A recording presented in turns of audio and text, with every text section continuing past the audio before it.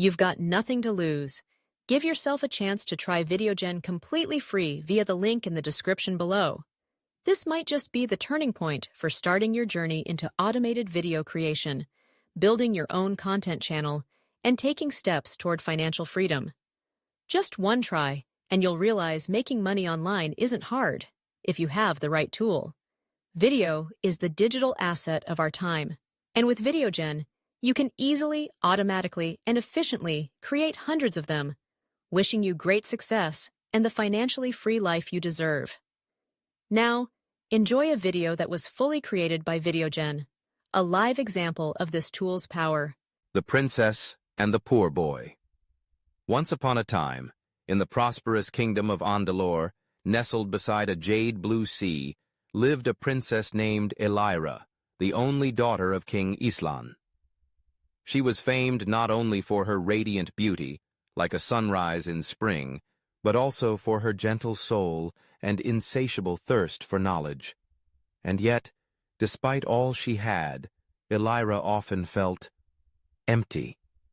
She once whispered to her closest maid, "I have everything, yet feel like I have nothing. Perhaps I've never truly seen the world beyond these palace walls." Far away, in a small village at the foot of the southern hills, lived a poor boy named Renan. Orphaned at a young age, he earned his living by fixing shoes and painting. Though he lacked material wealth, his heart overflowed with dreams and love, for nature, for beauty, for life. Each day, Renan sat by the riverbank painting scenes of the world as he saw it, a quiet, tender melody in color. Villagers called him the dreamer with no sense, to which Renan always smiled and replied, "If everyone lived only by what's practical, the world would have lost its magic long ago." A fateful encounter. One crisp autumn morning, Elira asked her father to let her leave the palace in disguise for 3 days, so she could explore the kingdom. Though hesitant, King Elan agreed, on one condition: she must be accompanied by a female guard dressed as a servant.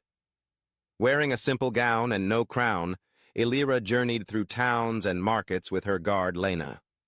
For the first time she saw barefoot children laughing in the dirt, weathered hands crafting baskets, and wrinkled faces that still carried bright smiles. That evening, as the sun dipped below violet mountains, Elira wandered down a small river path and stumbled upon a young man painting on a rock, the golden sunset dancing in his canvas and eyes. She approached gently. "What are you painting?" she asked softly. "I'm painting the light that most people overlook," Renan answered without looking up. Elira laughed. "That's a strange answer. And you're the first strange one who stayed long enough to hear it." They talked for a little while. Elira didn't mention she was a princess, and Renan didn't pry. When Lena finally found her, Elira left, but her gaze lingered on the painting he was finishing.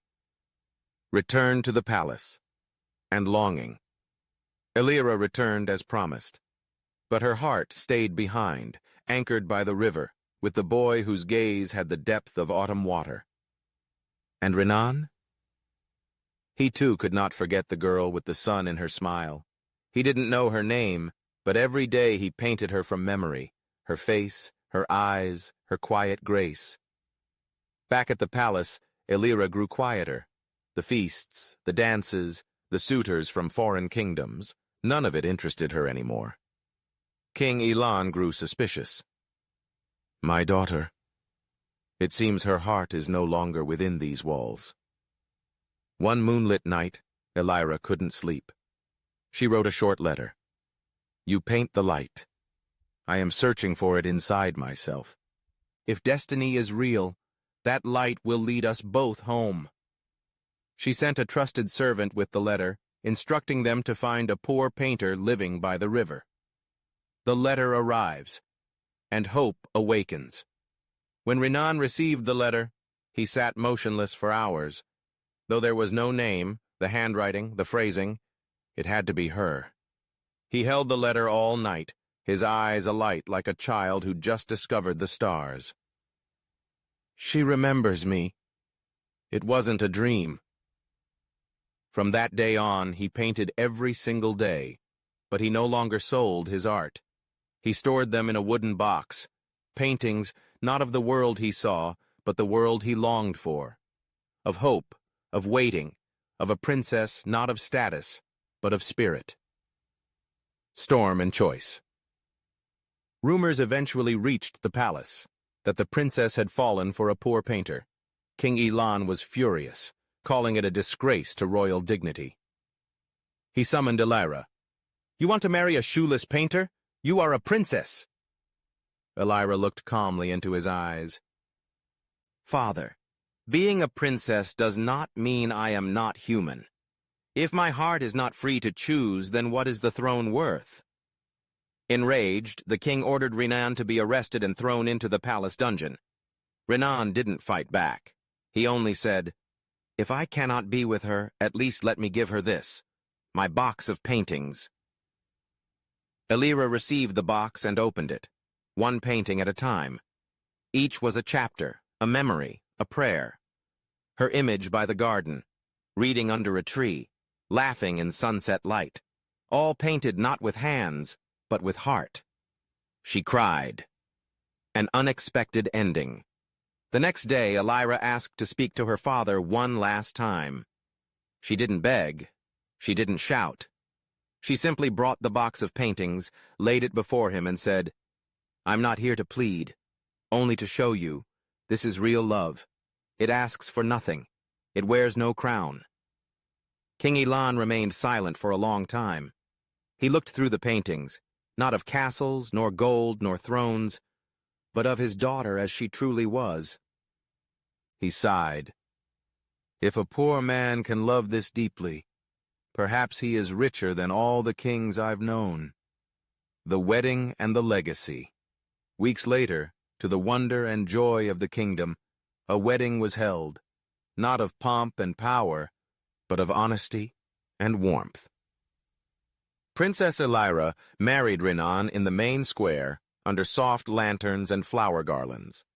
There were no jeweled horses or diamond crowns, only sincere smiles and a kind of golden light that lives in the soul. Renan opened a small art school for poor children. Elira built a public library for villagers. They ruled not as monarchs, but as partners, simple and true. And so they still say. To this day, in Andalore, parents tell their children, "She didn't choose a throne. She chose a heart. And he didn't buy love, but painted it with truth."